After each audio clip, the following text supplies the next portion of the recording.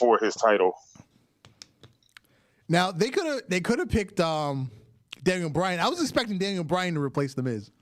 I didn't see the Kofi thing, but I'm glad Kofi got in. Can we talk about talking smack when Daniel Bryan came up there and said the man Brock Lesnar's name to Paul Heyman? Oh, I missed that. I missed that segment. Oh, okay. So Daniel Bryan came out there, and Daniel Bryan, Daniel Bryan, he talked this shit. Mm-hmm. And Daniel Bryan literally said, "Hey, Paul, I got a question.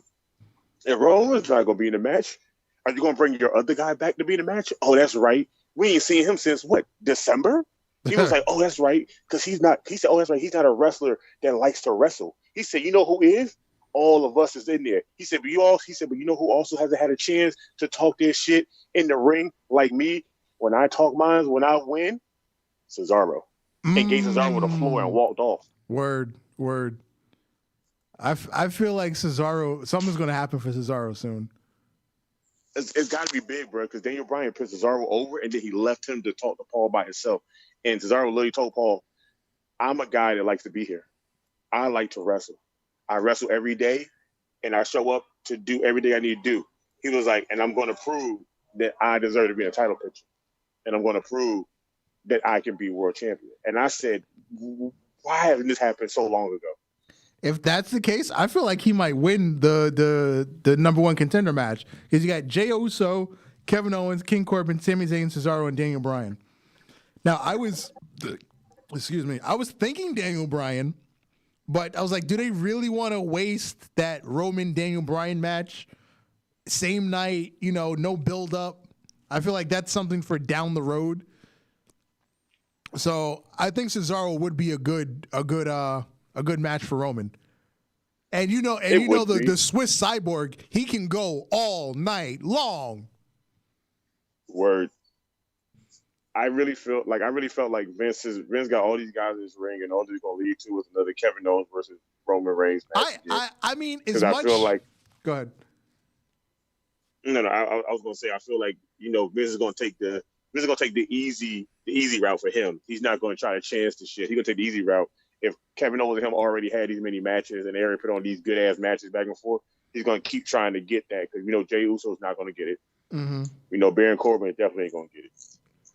We will want Cesaro to get it. Yeah, he deserved it. I mean, Kevin Owens is probably the best likely pick out of all of them. If Sami Zayn was a babyface at the moment, I'd be like, okay, we can do Sami Zayn also. But Cesaro's been on the fence lately, heel babyface, but lately he's been babyface. So it's a good look for Cesaro. You know who I thought would have been in this match? Is Shinsuke in it? No. I thought Shinsuke would have been a part of this. See how he technically won the real number one title until Roman and Jay fucked that up for him and gave it to Adam Pearce. Yeah. What else is announced? We have Bobby Lashley versus Keith Lee and Matt Riddle. I feel like Keith Lee's going to win that. I don't know, because Dave Mizzer was talking about online about how Keith Lee wasn't there for that night for the show. Oh, like there, and nobody's been talking about him in this match, even though they have a card made for it and everything. They kind of like on the wall with Keith Lee right now being in that match. I think Vince kind of wanted to be more, the King of Bros versus Bobby Lashley. Keith Lee had COVID. Him and Mia Yim had COVID, because they've both been off TV for like 2 weeks now. Because you had Retribution without Mia Yim last week.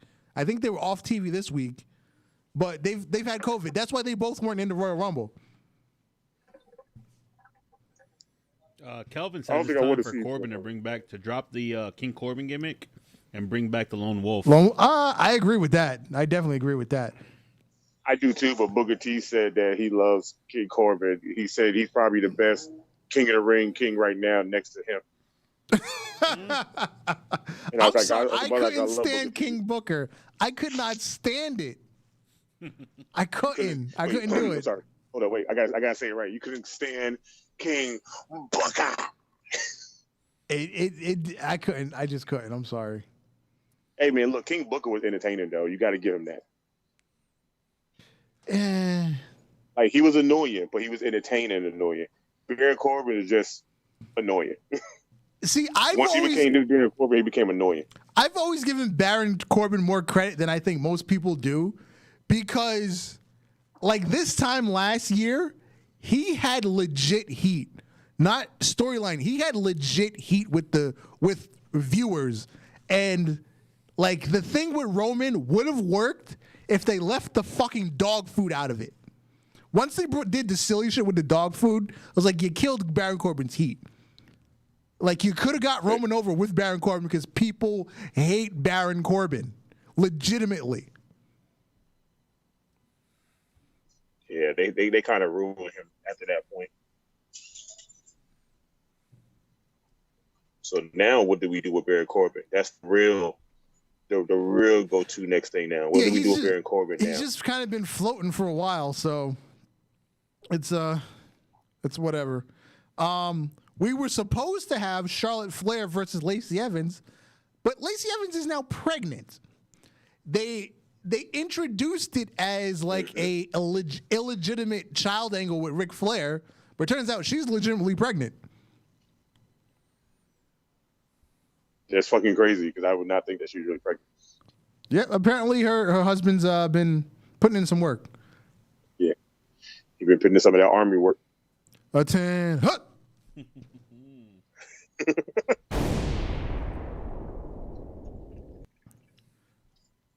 So this is the thing now. They wanted to push Lacey Evans in this little match with Charlotte, and now she's legit pregnant. Yep. What do you do with her? Do you just have her do backstage segments all the way up now until she's gone? Well, I guess they're going to do something like, okay, pregnant. Well, do they flip this to Peyton Royce since Peyton Royce is her tag team partner? I hope so, because she ain't done nothing lately, and we all know Peyton Royce can actually do some shit in the ring. And again, this is the crazy part. You broke up the Iconics to push Peyton Royce, and so far she's done absolutely nothing other than be in a tag team with Lacey Evans, and Billie Kay is living the fucking good life. Walking around part of the Riot Squad, fucking them over. Yo, she was hitting that rock star real hard that night. She did. I swear she did. I was like, God damn, girl, like calm down.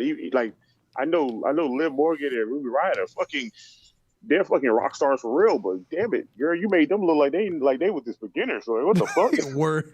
I've always been a Billie Kay fan over Peyton Royce. So I've been a Peyton Royce fan over Billie Kay. Cause I had to watching Peyton Royce wrestle in the indie circuit dolo by herself. I was like, okay, she got some real moves. She can actually legit wrestle. Oh yeah, she is the better wrestler, but in terms of like character, Billie Kay's the one for me. She just annoying to me. Billie Kay remind me of Jillian Hall. But again, that's the thing. That's why I like the Iconics, because they work their gimmick perfectly. They're supposed to be annoying, and they were fucking irritating, and that's why I love them. I really thought Iconic was going to end up being like Lay Cool. I can see where you're going with that. Yeah, I see them be like that. Cause I can see Peyton Royce see how she's the better wrestler, win the title, and then they both share the belt. I can see that happening. And then you just like, oh, you know what? They're good, but let's break them up and put one in a tag team again. Let the other one just run around the back all day every night. Well, why? Why would you do this? Like, I don't understand WWE with the main roster. Why do you have people that connect so well as a tag team and you break them up for them to do nothing? And then you complain about, oh, we don't have that much of a tag team division. You always have a tag team division. You just break people up to being singles, and then you have them have no story, no nothing every damn time. And then you put tag team together that makes no fucking sense. And then they just don't do nothing. Like, it makes no sense whatsoever. Like, all the way around the circle, they make no sense. Like, the only tag team they put together that made sense, was Ricochet and House of Black. Yeah. They made no sense to being together. But as a tag team, they was on fire. And then, boom, split them up again. And then you go back to where you had in stage one. House of Black over here losing his fucking eyeball to some bullshit, and Ricochet getting jumped by everybody. I don't know if I mentioned it on the show, but I know I posted on our Instagram account, Ultra Heelz Wrestling Podcast on Instagram. Rey Mysterio has his eye back. He just showed up. Yeah. He has his eye back. And Seth Rollins is back. and we have no mention of why Rey Mysterio has his eye back. There was no like miracle doctor that put his eye back in or put his eye back together. He just has an eye again. Hey man, he watched what was it? Endgame. No, he watched Infinity War. He saw Thor get his, and he was like, "I could do the same damn thing." Would nobody know? All right, couple side stories before we hit AEW. Speaking of Seth Rollins, did you see his fucking suit from last week on SmackDown? This leather pants, leather jacket, leather button-up shirt, leather tie. What the fuck? Is he a gimp? How, Sway? Who wears that much leather? Him. Where do you even find a leather shirt and a leather tie? God! Where do you find that? No, God, please, no! Leather tie, leather button-up shirt. It's called Hot Topic. I haven't been in Hot Topic in forever. I don't think you're allowed in Hot Topic after 30. That's my rule. That's my rule. Okay. No. You shouldn't be walking in there. Unless you're buying a wrestling T-shirt. No. I can say right now, Hot Topic is made for people over the age of 30 that still want to be young. Spencer's is made for the young people that wish they were older. That's why I say we shouldn't be walking in there. I had this argument with Malcolm. It is made for us. It's made from nostalgia, but I don't know, man. When there's a 16-year-old with a bull piercing in her nose at the register, it's like, Yeah. Nah, I have yet to see a 16-year-old in a Hot Topic working there. Everybody that works in Hot Topic is like 28 and older because they know everything in there. Like they know the bands, they know all the shirts, they know the clothes, they know what people want. Nobody in that bitch under 16 working. And if they are, there are people on the floor that floats and they don't know shit. So when you ask them something, they be like, "Oh, you got to ask somebody behind the register. They've been here longer than me. Why the fuck do you work here?" Let's see. You go to the Spencer's and ask them shit. Oh yeah, they ready. They're willing to help you. Matter of fact, they are fucking annoying. They like them people at Foot Locker. Word. All right. WWE is allegedly planning their next Saudi Arabia show. This is being said because there was a plane that left for the first time in since the pandemic. The WWE plane left Florida and stopped in Ireland. And reportedly was en route to Saudi Arabia. Now, other people are saying that they went to Ireland to pick up Jordan Devlin and Walter. So there is a mixed story going on about this plane flight. They didn't say who was on the plane. They just said that the plane went to Ireland and was en route to Saudi Arabia. I feel like that's a lie for the simple fact that Walter and them can't leave the UK, but you can send people from WWE over here in the States to the UK, especially NXT UK, to wrestle. Well, that's why they sent the WWE plane, because it's a charter plane. It's not a public flight. So that's why the story is slightly plausible. But I'm going to go on the side of they're working on the next Saudi Arabia show, which they just need to fucking stop Saudi Arabia shows. They can't stop it because Vince is money hungry. Yeah, bro. That's a lot of money. We know that. I gotta say, I'll take Bravery Studios to Saudi Arabia. If you guys would be doing Word, I'll go with you. You guys will be doing a show in the desert. As long as they got air conditioning, I'm good. I don't do heat. You'll get paid enough to feel cold. Yeah. All right. NXT is allegedly they're not allegedly. They already filed the trademarks. They're going to launch NXT Evolve because remember they bought Evolve from what's his name? I can never remember his name. Gabe Sapolsky. So NXT Evolve will be what NXT used to be, a training brand. You mean a reality TV show? Well, after the reality TV show. Circa 2014 through 2019, an actual training company. So that will be NXT Evolve. And most of the people that they hired so far, and basically WWE property T-shirts in the Performance Center are going to be the main star wrestlers over there. They are. I already looked this shit up, and I had to read into it regularly. What's the black kid name that did the Undisputed song when they came out that one time for NXT TakeOver? I don't remember. He's going to be one of the hosts of that. Okay. That's the job they gave him. They bumped him up to that. And the guy that ran Evolve. Is it Josh Briggs? Yes. Okay. he's going to be the host, and the guy that ran Evolve is going to be deeply involved in it. So basically, he's not. I got the wrong name. I just found it's Josiah Williams because it says the show they've already filmed episodes and is hosted by Josiah Williams. And the weird thing is, they film episodes. It's going to be hosted by him, and the guy that ran Evolve is going to be deeply involved in it too, to make sure the show still runs like Evolve. But they already made belts already. Yep. Yeah, like they've already filmed like 3-4 episodes, according to this article. So this is weird to me. So you bought Evolve. They already have their own title. That's nothing different. But you made new belts for them. Yep. Why you do that? Because they have to have a WWE or NXT logo on them.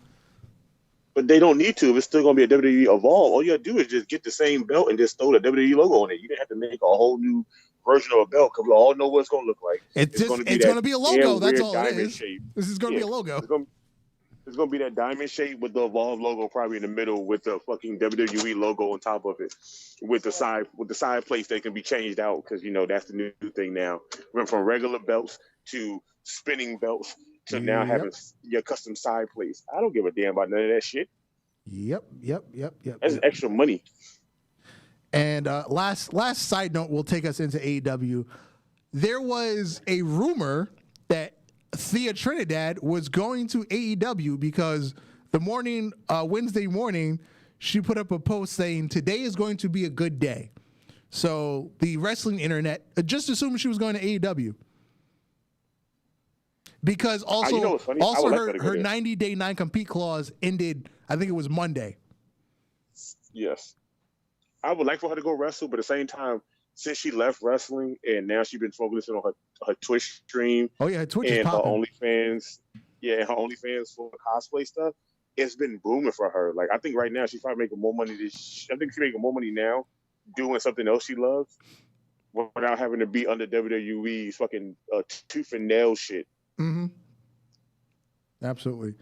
All right. In AEW news, Sting has taken his first bump at the hands of Brian Cage.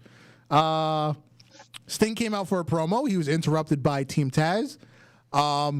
They showed a little video that they kidnapped Darby Allin and Sting got power bombs. Sting got power bombed. Yep. Now, are you okay with Sting getting power bombed? Or did you have a fear in your mind of the buckle bomb? When I saw it, and he's late, he hit his head. He didn't take a clean bump. He hit his head. So he's holding his head, and immediately I had the flashback of the buckle bomb. I was like, he better get up and walk. Now this is my take on it. I'm okay with Brian Cage doing it because Brian Cage is a safe guy, especially to older wrestlers, because he didn't wrestle a couple of older guys and still has not injured out one of them because he knows that they're older, so he knows the limit of what they can and cannot take. Basically, he asks them what can he think, what can he do that make himself look good, but also like put them over. Mm-hmm. And him doing that powerbomb, I was like, that was probably the safest guy in that ring at that time to put Sting in that powerbomb and drop him the way that he wouldn't get hurt like how Seth Rollins did with the buckle bomb. I didn't even have a flashback of it. It didn't even bother me. I was like, oh, he gonna powerbomb? I was like, okay, that's cool. Now the thing about the buckle bomb is Sting even came out and said it wasn't Seth Rollins' fault. Sting said it was his own fault. He hit the turnbuckle wrong, so him getting injured was his own fault, or it was just a freak accident. Because he said he didn't touch. But this is my thing. Go ahead. No, continue. He said he didn't tuck his chin properly, so his head just snapped back, and that's what caused the neck problem. Now, that can also be true, but at the same time, you also got to put a fault on Seth Rollins because Seth Rollins should know better. Sting is an older guy. Sting don't do a lot of the high flying and them kind of crazy moves like that. So that's one of them things that you have to be careful because we've seen Seth Rollins throw lighter people into a turnbuckle. We've seen him throw bigger people turnbuckle, and none have been injured. And hell, some of them don't even tuck their chin either. They just take the bump. But Sting is one of them guys that's like giving like Hulk Hogan a fucking punt. You know your limitation on what you can do to somebody older that is not wrestling like that on a regular day basis like y'all do, or training or doing all sort of shit. They're not on the road every day. Mm-hmm. So it's a 50-50 for both of them. So Sting just taking the blame is like, okay, it's his fault. I get it because he's a veteran wrestler. You know, he should have knew better. Nice. But you also got to fault on Seth Rollins. He's trying to be nice. Okay. You know. Yeah. People wrestle like, Undertaker. Trying to be nice at the same time. You can't always be nice to everybody. Like the only people that can be nice to each other over some fucked up shit that was neither one of their faults, and they both thought the shit was done right, is D'Lo Brown and Droz. Those are the only two people on this planet that knew the move went wrong somewhere down the line. A man got hurt, and they both know that they both was at fault, and they both feel bad about it. But those are the only two people on the planet that can say that, oh yeah, we fucked up. But Sting and Seth Rollins, you can't have Seth Rollins out here saying that he did that's like not do anything to also injure this man. Like this man is a guy that you watch growing up as a kid. You don't want to hurt nobody you watch growing up as a kid wrestling. That's not your goal. Your goal is to get in a ring and put on a match with them, not to injure them. Well, most people, not me. I'm kicking the fuck out of somebody in the head for real. I don't give a fuck. Kelvin says Bo Dallas is dating Liv Morgan. And No. Gone crazy. Bo Dallas is married. He and Liv Morgan they've partnered in a real estate business. That is all. Unless Liv Morgan pulled. Look. Go ahead. Look, dog, you can't say that because don't forget Bray Wyatt was also married. That's what I was going to say. Unless Liv Morgan pulled a JoJo and she's a homewrecker, then maybe. But Sip the tea. Well, I know I have lemonade. I'm about to say because you know how wrestlers are in WWE. If that wrestler ain't got no real hot wife, 9 times out of 10, he gonna have somebody else. Sometimes with the hot wife. Side note: have you seen their sister? Because their sister looks just like Bo Dallas and Bray Wyatt. It's creepy. It's so fucking creepy. Oh my god! And the sad thing is, she wrestles too. She's trained in wrestling, but she hasn't wrestled nowhere. Okay. I didn't know she wrestled. Yeah, she's been trained by her dad and both her brothers, and there's some pictures of her like training back in the day with like in the ring with other female wrestlers that are wrestling now. So she's legit wrestling. She can really wrestle. She can like go wrestle somewhere, but you know she leaves it up to her brothers to like keep the name going. But she can also be a part of it. Like to really be honest, if you want a real Wyatt family, why don't you just fit the siblings all together? Yeah, well, again, I've been saying this for the longest. Why not just add Bo Dallas to the whole Fiend, Bray Wyatt universe? Because it's his real brother, and he can remake the Wyatt family. Yes. I think Dave Meltzer even like reported it that it's a possibility that it might happen, but then it didn't happen. But back to AEW. Following the main event, well, I think this was on Twitter or whatever. Kenny Omega has announced. Well, first Tony Khan announced that we're going to have Jon Moxley, Kenny Omega 3, and Kenny Omega has chosen a stipulation for the match. It's going to be an explosive barbed wire match.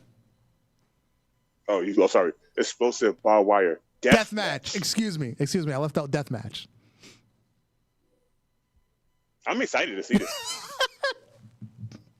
It's not over the fact of the name of the match itself. It's the fact of this is going to be an exploding barbed wire match, and I'm like, I haven't seen one of those since Cactus Jack doing them, Indies doing them, CCW doing them. Yeah, I was going to say, I know CCW's done a couple of them.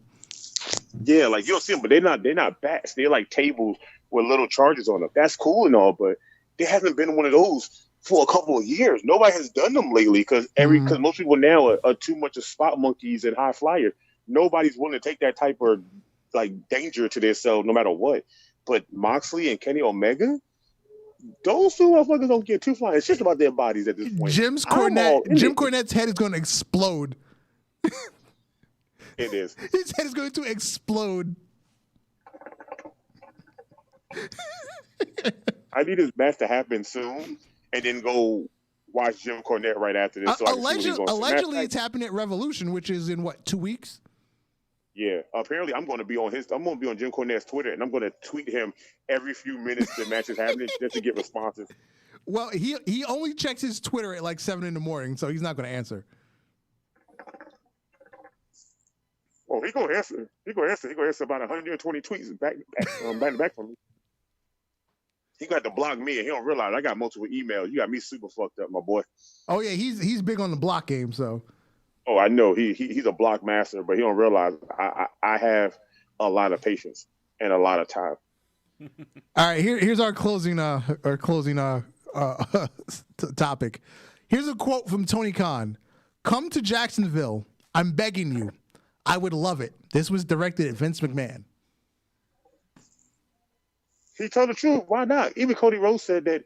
Cody Rhodes has stated that he is okay and he knows that AEW can have a working relationship with WWE. And I'm like, Vince, this is the only opportunity you get to try to make money everywhere at this point, dude. Why not open up the working relationship? Just do it. Because right now your wrestlers are doing good, but you have wrestlers that's not doing anything. Send them over there. Send them over there and let them wrestle somebody else, and then let people come watch Raw, SmackDown to see what that person got to say about who they wrestle over there. Just make it happen.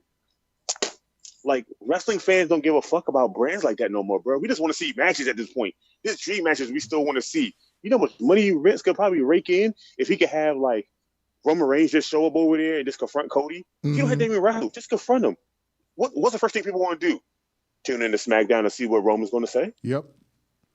Like, I was it's the biggest cash grab at this point right now. I was talking on Instagram with one of our friends on Instagram, the Double Turn podcast. I was saying, in a perfect world, the territory system would come back. You work for the company that you're contracted to, and if you're in a featured spot, you get to travel. Basically, that would be that's the perfect world in wrestling. Because as of right now, Tony Khan, he kind of got the wrestling thing on lock.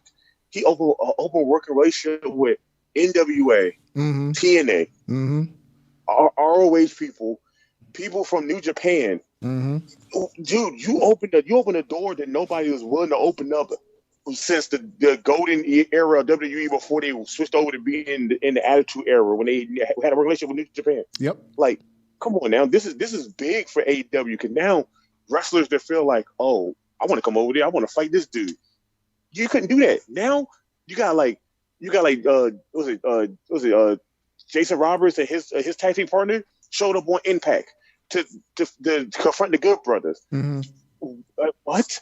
Now I'm just waiting for God to show up somewhere. Word. Like, this is the best thing for them, and I know Vince is sitting there like, damn, you know, they getting people that I would like to have in the company. I don't want to pay, but I want them over here to work. Why not just do it? You don't got to pay them. You don't got to pay for their flights. You don't pay for their hotel. You don't have to even give them the money. Their company's already paying them. You just got to have the cross-brand promotion just to have it happen. All you need is talk, bro. Like, if we could do like a whole Marvel cinematic universe right now, just have people jumping other people's shit, just cause. Yeah. Yep. It would be great. In a perfect world, we know how to share, but we don't. You know, Vince don't share. Vince greedy as fuck with shareholders. I'm surprised shareholders haven't thrown that out to Vince yet at this point. You got a whole nother wrestling company out here. You got most of your old wrestlers that you didn't want wrestling nowhere else. Why not send some of your wrestlers that you got faith in over there to fuck up their shit? Well, you got to remember, these people that are shareholders, the people on the board, they know nothing about the wrestling business. They're just in it for the advertising money. So they're believing anything Vince tells them on the call. It was like, oh, those people, they don't know what the fuck they're doing. They're doing it all wrong. I really wish they had some shareholders that was real wrestling fans that give Vince a open eye sight on things, dude. Like, come on now. We're in a time now, 2021. We're still in a pandemic. Yeah. And you still got AEW having fans show up, still having these good shows, open working relationship with other companies to have other wrestlers get time to shine. And you're sitting over here with, 30 people on Raw, 30 people on SmackDown? But you have, 60 to 70 people on the main roster together that are doing what? Backstages? Yep. Little walk-ins? Traveling to get paid to do nothing? What? No, hell no. That's a waste of money. Like, now I see what Lilo Rush was talking about, bro. Like, these guys deserve more money for them not to do nothing. Like, if you're going to pay me, you got to at least pay me some more money, bro. I can't keep paying money out of pocket to show up to do what? Sit in the back? Look at the camera? Watch people take takes? Like, it's cool hanging with friends, but it's also great to be on TV, too. Yep. All right, it's time to wrap up. You got anything else? Any other real quick topic? Oh, yeah. There's a group of people online that's on a Reddit post. They are soliciting annotations for WWE 2K21. And there's a couple people out there that are game developers and game modelers, and they've been working on something, and they said there's more features to come depending on if things go right with paperwork. And they just left it at that. So nobody knows what's happening. But some of the guys' names that they like people have Googled and looked up are people that used to work for WWE games and like THQ and Yorks. They want to do another WWE game because that last one they seen, they know it was horrible as hell, but they feel like they could bring it back to 2K18, but better. And now people are like hype, but nobody knows if this is going to be a real thing or not. All right, let's get out of here. I've been Darth Messiah. It's been another lovely week, except for the fucking weather in New Jersey. You, sir. Alex the Hill, and I hate this weather. Good night, Gnarly Marv. Good night, Ultra Heelz. We out of here.